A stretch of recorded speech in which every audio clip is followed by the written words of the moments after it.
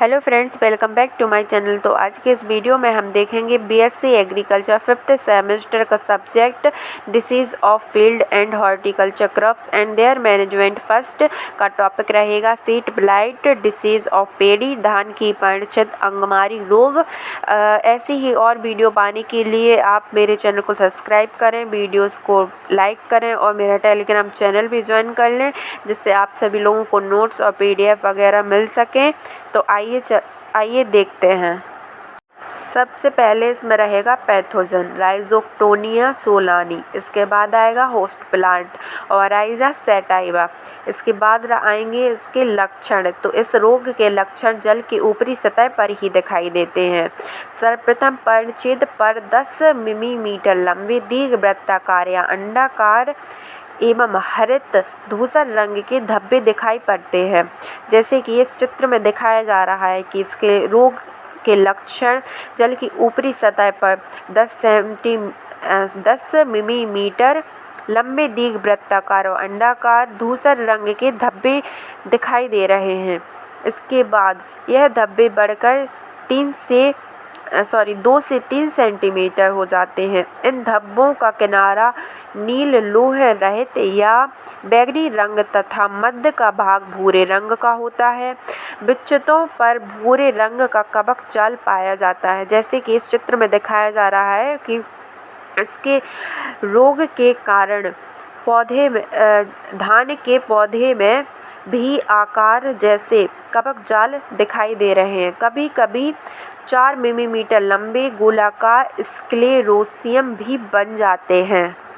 इसके बाद है एटियोलॉजी हेतु की। इसका pathogen mycelium and sclerotia stage. तो इसकी स्टेज रहेगी राइजोक्टोनिया सोलेनी। इसके बाद है टेलोमॉर्फ और बेसिडियल स्टेज। तो इसकी रहेगी थैनेटेफोरस क्यूक्यूमेरिस।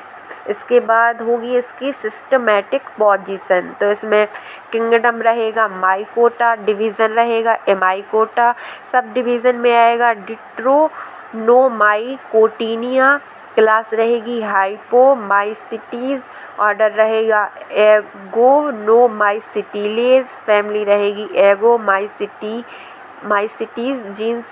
जीनस रहेगा राइजोक्टोनिया और स्पीसीज रहेगी इसकी सोलानी।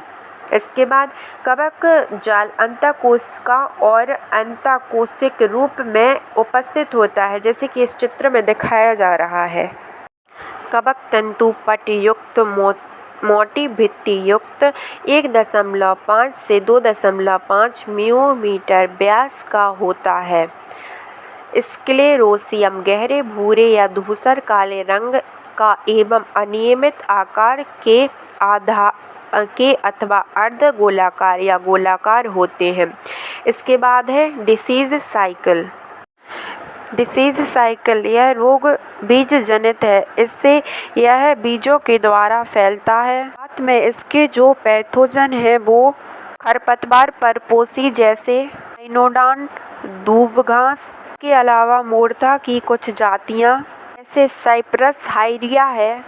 कुछ एकाइनोक्लोरा की भी जातियां हैं। एकाइनोक्लोरा क्रुस गली के ऊपर पाए जाते हैं। जो समपार्श्विक खरपतवार है इन्हीं के ऊपर पाए जाते हैं। इसके अलावा फसल के अवशेष पर भी स्क्लेरोसियम देखने को मिलते हैं। जहां बिना जुती हुई भूमि होती है वहां स्क्लेरोसियम लगभग 2 सेंटीमीटर की गहराई पर मिलते हैं। इसके जो स्क्लेरोसियम है वह धान की पुआल पर भी जीवित बना रहता है, और जब भी यह नई फसल के संपर्क में आते हैं तो उस फसल के अंदर प्रवेश कर जाते हैं।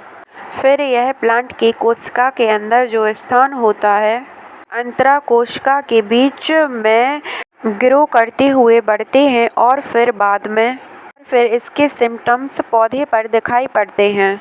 बाद में इसके माइसेलियम स्क्लेरोटियम में कम्पैक्ट होकर दिखाई देने लगते हैं। फिर इसकी माइसेलियम कम्पैक्ट के रूप में टूट जाती है और आगे चलकर फिर से ये मृदा में गिर जाते हैं। और फिर अगले वर्ष जब भी नई फसल उगाई जाती है तो फिर इसके स्क्लेरोसियम पौधे के संपर्क में आकर रोग उत्पन्न कर देते हैं और यह बार बार होता रहता है। ऐसे ही यह चक्र चलता रहता है। इसके बाद है अनुकूल दशाएं। कवक की वृद्धि एवं स्क्लेरोसियम निर्माण के लिए अनुकूलतम तापमान 30 डिग्री सेल्सियस से न्यूनतम तापमान 10 डिग्री सेल्सियस एवं उच्चतम तापमान 40 से 42 डिग्री सेल्सियस होता है। पौधों में संक्रमण के लिए अनुकूल तापमान 30 से 32 डिग्री एवं आपेक्षिक आर्द्रता 96 से 97 आवश्यक होती है। इसके बाद है डिसीज मैनेजमेंट। रोगग्रस्त फसल अवशेषों को जलाकर नष्ट कर देना चाहिए। खेतों की आसपास उपस्थित संपार्श्विक खरपतवारों को नष्ट कर देना चाहिए। फसल चक्र अपनाना चाहिए। रोग प्रतिरोधक किस्मों जैसे प्रभात, बिलेश्वर, IIT 9879, IIT 1024, IIT 11390 आदि तथा रोग सहनशील किस्म में जैसे सासी, करुणा, मंगला, मशूरी आदि उगाना चाहिए। पौधरोपण पास नहीं करना चाहिए। बीजों को बाबस्टीन से 2 ग्राम प्रति किलोग्राम बीज के हिसाब से उपचारित करना चाहिए। इसके बाद है कुरेटिव मेजर। सर्वांगी कवकनाशी बाबस्टीन 0.1% के हिसाब से फसल पर 2-3 छिड़काव करना चाहिए। फ्रेंड्स, अगर आप सभी लोगों को वीडियो अच्छा लगा हो तो प्लीज़ वीडियो को लाइक करें, चैनल को सब्सक्राइब करें और प्लीज़ मेरा टेलीग्राम चैनल भी ज्वाइन कर लें जिससे आपको नोट्स और PDF मिल सकें।